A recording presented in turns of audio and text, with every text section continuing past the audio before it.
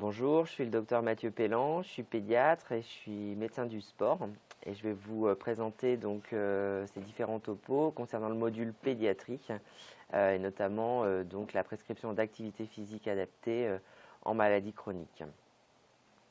Alors le plan il est assez simple. On va partir d'abord des particularités du sport chez l'enfant en bonne santé. C'est toujours important de rappeler ce genre de choses. Ensuite, nous verrons de manière assez générale quels sont les grands principes à respecter par rapport à la prescription d'activité physique pour les enfants malades ou souffrant d'une maladie chronique. On fera un focus assez particulier sur la prise en charge de l'obésité de l'enfant, un enjeu majeur de santé publique et pour lequel l'enjeu de l'activité physique est extrêmement important. On parlera ensuite des maladies respiratoires en prenant le modèle de la mucoviscidose, qui est une des maladies pour lesquelles l'intérêt de l'activité physique adaptée a été en tout cas précisé le plus précocement. Et ensuite, nous conclurons sur des alternatives complémentaires à l'activité physique dans cette prise en charge. Alors, quelles sont les particularités du sport chez l'enfant en bonne santé? On dit toujours, l'enfant, ce n'est pas un adulte en miniature, il y a vraiment des choses à respecter. Et on va définir deux types d'axes d'approche. C'est les risques d'une pratique trop intensive du sport chez l'enfant, les risques du manque d'activité physique, pour ainsi retrouver le juste milieu qui permet vraiment un bien-être physique et psychologique et un épanouissement harmonieux chez l'enfant et chez l'adolescent.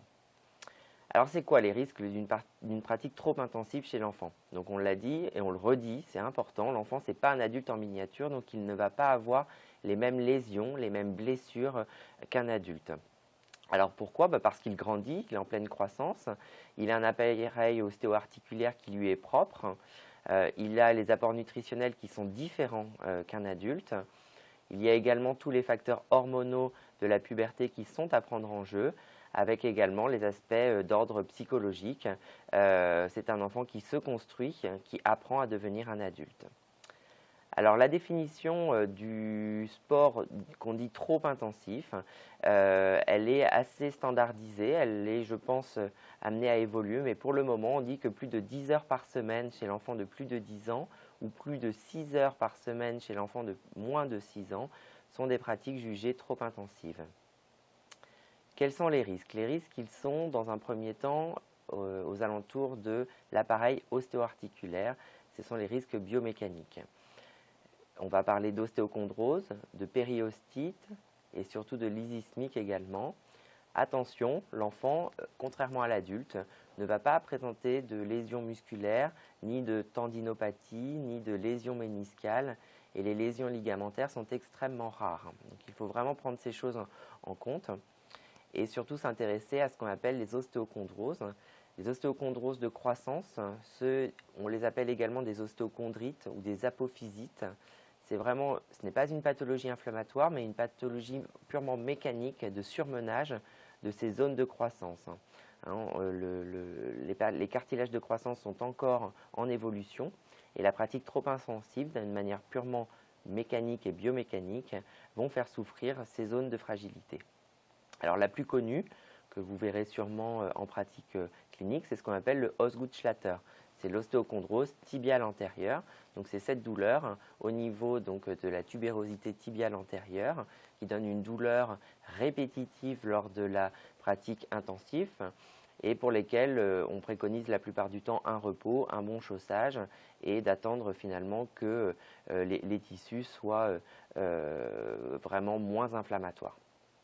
Ça se situe à ce niveau et on voit bien, ça donne une douleur vraiment très intense, très élective à la palpation de cette tubérosité tibiale. C'est très fréquent chez les garçons, surtout footeux qui se donnent bien sur le terrain ou chez les jeunes filles qui ont des activités type corde à sauter avec des sauts répétés et donc une sollicitation intense de cette zone de croissance. Une particularité de l'enfant également, c'est la périostite. La périostite, ça va intéresser vraiment le périoste, désigne la partie la plus extrême de l'os.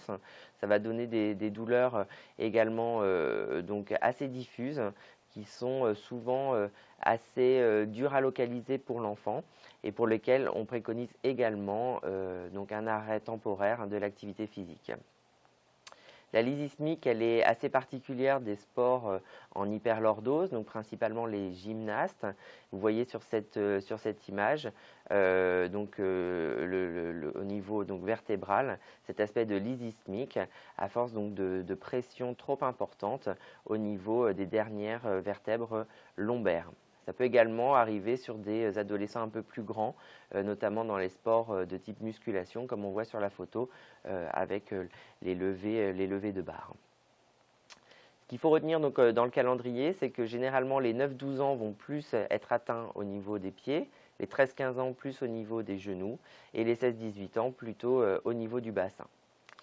Alors ça, c'était pour les risques, on va dire, biomécaniques, donc de l'appareil ostéo-articulaire.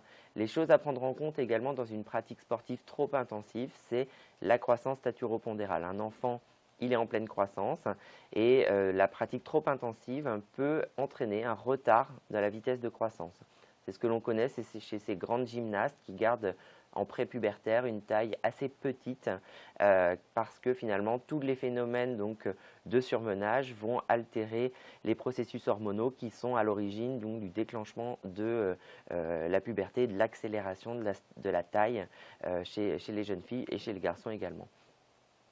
De manière également temporaire, une pratique trop intensive peut retarder la maturation osseuse et également du coup en découle le retard pubertaire. C'est important quand même de noter que ce sont des choses qui sont rattrapées, c'est-à-dire à partir du moment où la pratique trop intensive est arrêtée, ces phénomènes se retrouvent finalement comme dans la normale. Le retard pubertaire, bien entendu, est accompagné également donc, de l'aménorrhée primaire ou secondaire, donc le retard des règles chez les jeunes filles qui ont une pratique très intensive, les gymnastes principalement. En troisième lieu, donc, il faut faire attention aux carences nutritionnelles également. L'augmentation de la dépense énergétique est également une chose à prendre en compte. Il va falloir également surveiller de très près ce que l'on appelle l'anorexia athletica, la peur de grossir et la pratique intensive du sport chez ces enfants sont malheureusement peuvent découler en fait de troubles du comportement alimentaire qui sont à surveiller de manière attentive. Alors j'en découle bien entendu sur tout l'aspect psychologique. Il faut vraiment faire attention au surmenage chez ces enfants, la compétition, l'entraînement, la nécessité de se dépenser peuvent être à l'origine de nombreux stress, voire de syndromes dépressifs chez des enfants qui vont être constamment en recherche des honneurs. Ça peut être également une dérive parentale ou même des entraîneurs par rapport à des choses autour de la maltraitance, ces enfants qui deviennent des champions par délégation. Et tout comme l'adulte, on peut arriver également dans des dérives très précoces de dopage ou de stupéfiants. Donc notre rôle est également donc, de surveiller ce genre de choses. Donc là, nous étions dans le versant vraiment trop d'activité physique, la pratique vraiment intensive de ces petits athlètes de haut niveau. On va parler donc maintenant plutôt du risque d'un manque d'activité physique chez ces enfants. Ce qui en découle, bien entendu, c'est des comportements très sédentaires de plus en plus chez les enfants et les adolescents. Tous les rapports assez récents sont unanimes. Les enfants ne bougent pas assez. Et d'ailleurs, nous allons en accorder un point précis donc dans un autre chapitre tout à l'heure parce qu'il est vraiment très important que nous, professionnels du sport, soyons sensibilisés à cet aspect de la sédentarité et de l'obésité de ces enfants qui vont être plus tard à risque de maladies et de comorbidités comme l'hypertension artérielle et les maladies cardiovasculaires. Alors le surpoids et l'obésité, c'est une maladie donc multifactorielle pour laquelle il va y avoir à la fois des facteurs biologiques et hormonaux, mais bien entendu des facteurs environnementaux comme le marketing alimentaire, les multimédias pour lesquels la sédentarité est extrêmement importante. Donc le sport, ça aide à quoi? Le sport, c'est vraiment un aide à la croissance. Faire du sport, c'est la croissance du tissu osseux qui augmente en densité et en épaisseur, donc c'est quelque chose d'assez important. Le sport, l'activité physique chez l'enfant, ça va permettre à l'enfant de passer d'une musculature dite d'enfant à adulte, c'est-à-dire la masse musculaire va prendre beaucoup plus de place dans l'harmonie corporelle de l'enfant. Ça va permettre également de répartir les masses grasses et les masses musculaires. Et bien entendu, le développement d'activité physique d'un point de vue moteur, équilibre, psychomotricité participe au développement, à la maturation du tissu nerveux et du développement neurologique dans toute sa globalité. De même qu'une pratique trop intensive, le manque d'activité physique chez un enfant peut être délétère pour sa croissance parce qu'on sait que finalement pratiquer une activité sportive seule ou plutôt en groupe va permettre à l'enfant de canaliser son agressivité et d'un bon facteur de socialisation, un respect des règles, le fair play. Toutes ces valeurs sont des choses qui sont bien véhiculées par le sport et cet aspect également que l'on aime comme l'effort et la persévérance, notamment dans l'entraînement. Alors le juste milieu, il est où? Le juste milieu, il est vraiment en fonction de l'enfant. Il faut que l'enfant ait du plaisir, il soit motivé. Il faut qu'il ait une activité qui semble raisonnée et raisonnable, qui lui permette un épanouissement complet, à la fois dans les activités familiales, les activités artistiques. Et du coup, ça s'inclut dans vraiment quelque chose qui est assez complet et qu'il va falloir éventuellement adapter à d'éventuelles pathologies. Alors, quel sport choisir? Souvent, les parents peuvent demander à cet âge-là, qu'est-ce que l'on peut faire? Bon, globalement, on peut toujours tout faire, mais il y a quand même certaines spécificités. Notamment, par exemple, à partir de l'âge de 3 ans, on comprend bien que l'enfant il peut faire uniquement des activités où on va stimuler les capacités motrices. Donc, c'est souvent des activités dites multisports. Dès l'âge de 6-7 ans, au niveau de la compréhension des règles et de la coordination, on peut passer à des sports individuels plus symétriques comme la gymnastique, la danse, la natation.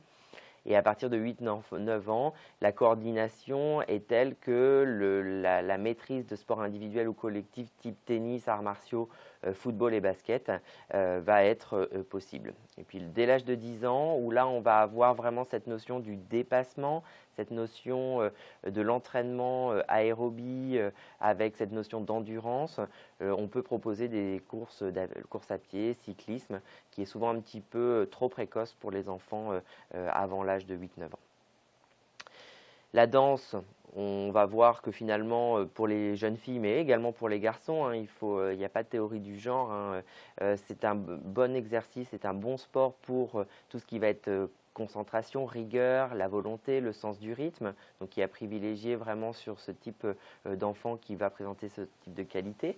Le judo, dans la maîtrise de soi, l'amitié, le courage, la discipline. Le football pour l'esprit d'équipe, lorsqu'il y a l'aspect un peu tactique, l'endurance, l'habileté. La natation pour les enfants qui vont privilégier la respiration, le souffle. Et le tennis également dans la maîtrise physique et mentale et la concentration. Alors pour les timides, on dit toujours allez hop, faut se lâcher, un sport collectif ou de combat.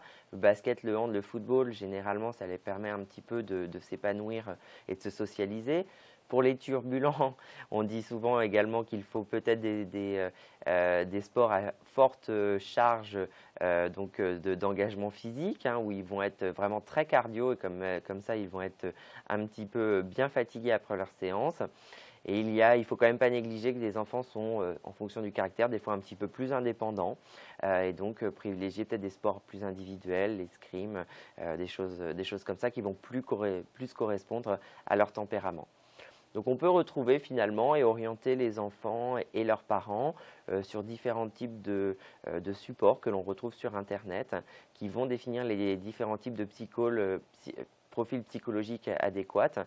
En tout cas, il faut que l'enfant et les parents restent assez curieux sur ce qui peut être proposé parce que les panels d'exercices sont assez fournis en club associatif. Donc, il faut que les parents puissent vraiment se renseigner auprès de leur mairie et de leur association sportive proche de chez eux pour voir qu'est-ce qui pourrait plaire le plus. Dans tous les cas, tout enfant, même atteint de maladie chronique, doit faire du sport. Il y a très très peu de contre-indications absolues. Attention aux certificats de complaisance qui pourraient contre-indiquer une pratique de sport. D'ailleurs, on va revenir juste sur quelques exemples très fréquents. C'est l'asthme. L'asthme induit par l'exercice, finalement, il est relativement rare. Et dans ces cas-là, il va falloir éviter des efforts qui vont être peut-être trop prolongés, privilégier des petits efforts fractionnés, privilégier les atmosphères chaudes et humides, adapter les sports d'endurance et toujours insister sur un bon échauffement. Mais encore une fois, l'asthme bien équilibré, plus ou moins avec un traitement de fond, n'est absolument pas une contre-indication au sport. Au contraire, ça permet d'améliorer sa fonction respiratoire.